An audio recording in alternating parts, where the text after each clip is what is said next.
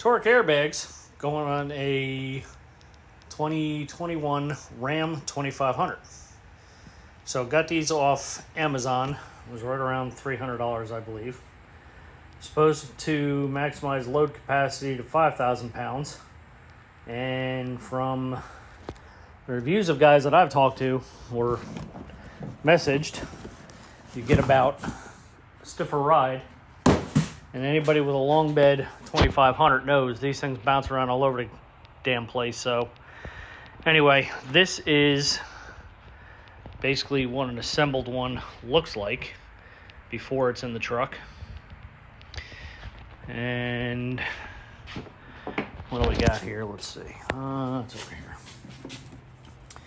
It is 5.5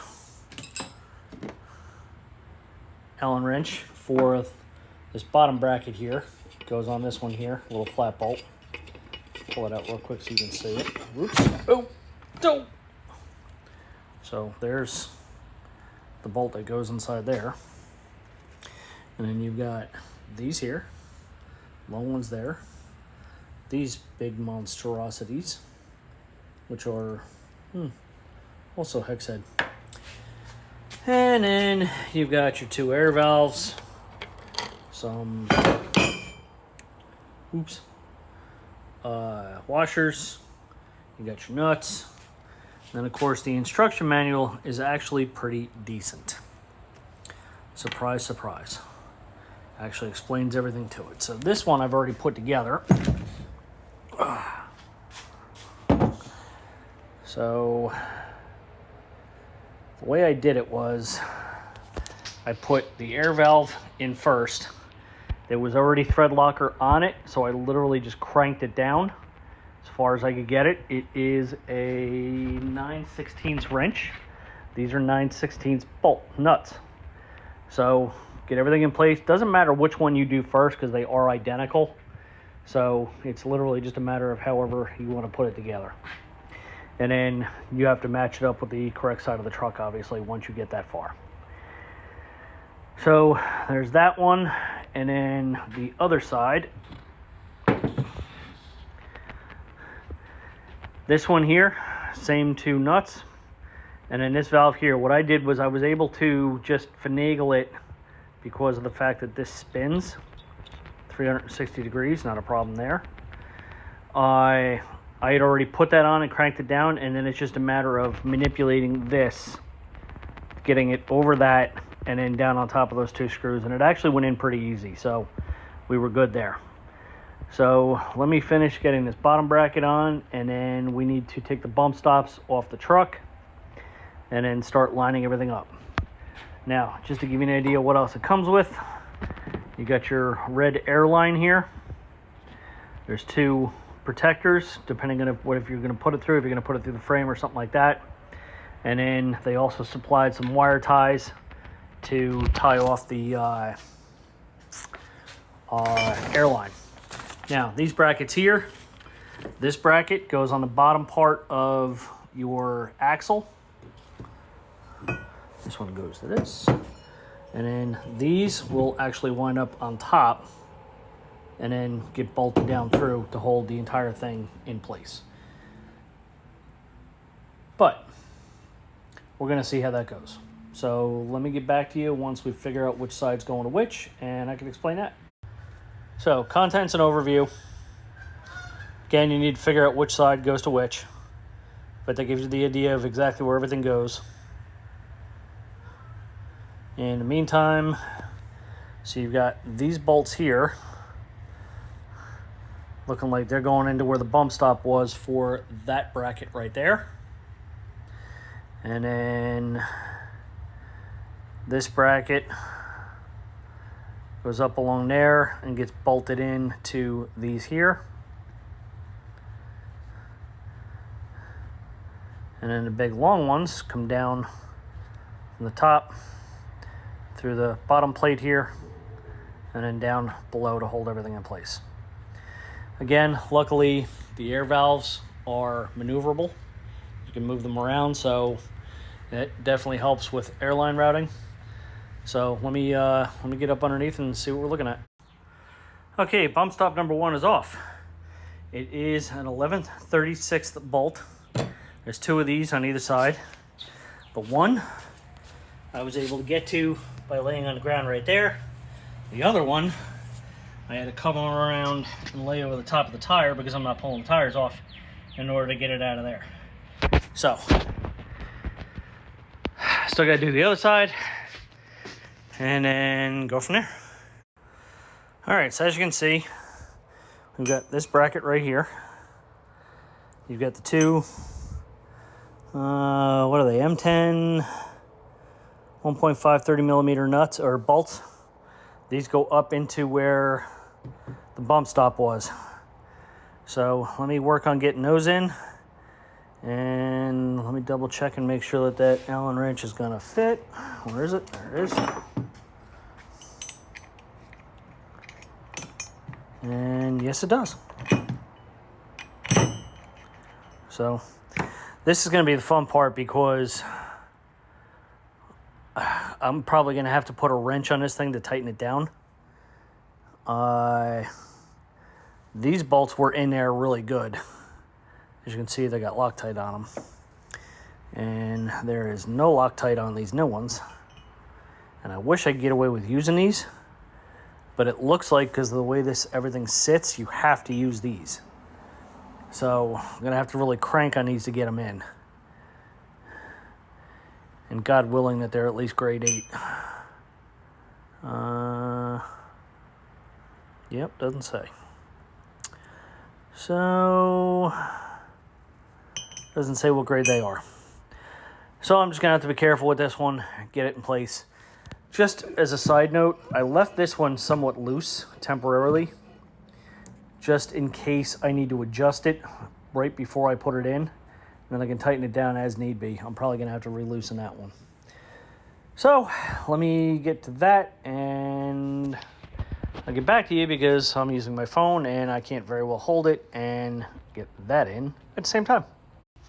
Alright, you gotta love it. My ass is 53 years old, and I'm still crawling around on the floor like I'm in my 20s. Alright, so there it is. There's the new bracket installed. Actually was able to get to it, both of them from down here. So hopefully I don't have to jack the bed of the truck up, because if I do, I'm going to have to go hit up one of the neighbors for a floor jack. Since I'm doing this in South Carolina, not at my own house, I don't have a floor jack here, of course, because that would just make too much damn sense. But then again, I really wasn't planning on doing this. So let's see how it looks. Okay, first mistake I made. See how the 2 holes are kind of offset? You got this one closer there, that one closer there.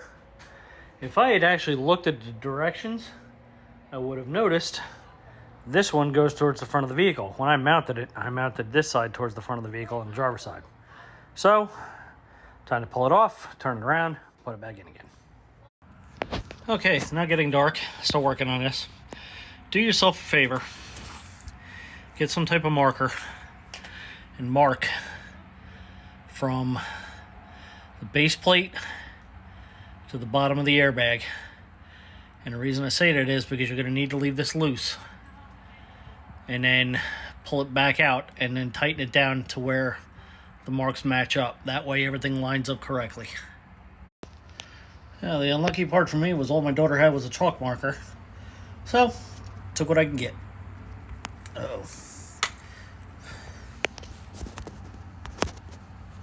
Oh, shit. Really? Alright, don't know if the last part recorded, so we're going to do this again.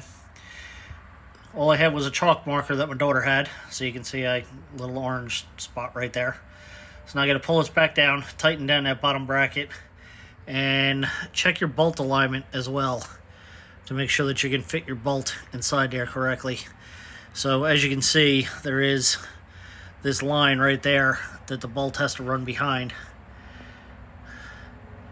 And you don't want to go tearing that up, because that looks like a brake line of some sort. Probably the speed sensor is what I'm guessing, so you don't want to go tearing that up. Okay, driver's side is in. All bolts are tightened down. They are not torqued, but they're tightened down.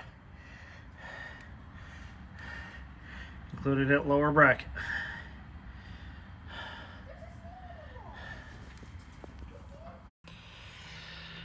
All right, ladies and gentlemen, like I said, there's always got to be an issue, right? Well, the driver's side went on without a problem once I got everything lined up. The passenger side, because of the sway bar being up as high as it is, and the end link here being in the way, I am unable to fit the airbag through there and line it up, which means I have absolutely no choice but to have to pull the tire off on the passenger side.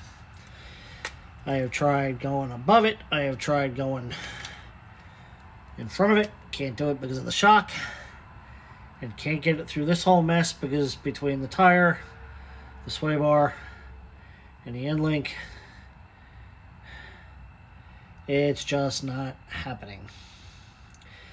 So, all good plans being what they are, got no choice, I got to pull the tire off. So, let me get the tire off and then we'll get back to it. Okay, this side gave me a beast of a time because of those two nuts right there. A couple of pry bars and some finagling, and it's finally in. There's the red airline it comes equipped with.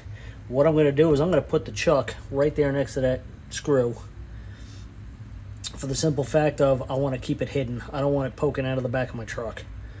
So we're going to hide it right there. Still have plenty of clearance with the tire. And that will be that. I'll show you guys once I have everything done. Alright, like I said, got it hidden up on the same spot, both sides. Not interfering with the tire, and they are completely hidden, and I'm still going to be able to get over the tire with the air hose. So on a side note, had a little bit of a air leakage issue, so had to pull the passenger side completely back off again and redo the entire thing so I could tighten down the air fitting that went into the airbag itself. My mistake the first time was not using any type of Teflon tape or liquid sealant. So I did wind up using a liquid sealant this time. This stuff right here. And that solved my problem. Basically just put it around the threads and then I cranked that sucker down. Basically about as far as it was going to go. So leakage issue taken care of. So now everything's back to normal. I am currently sitting 20 pounds each side and no more leaks. Sprayed the hell out of it. Sprayed the hell out of both sides with a mixture of soap and water. Never mind my mess.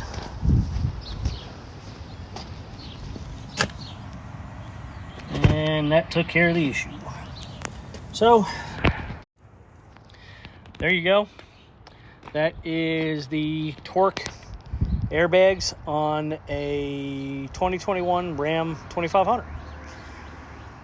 If you have any questions, maybe I can answer for you. Go ahead and hit me up. Let me know. Other than that, until next time, see you.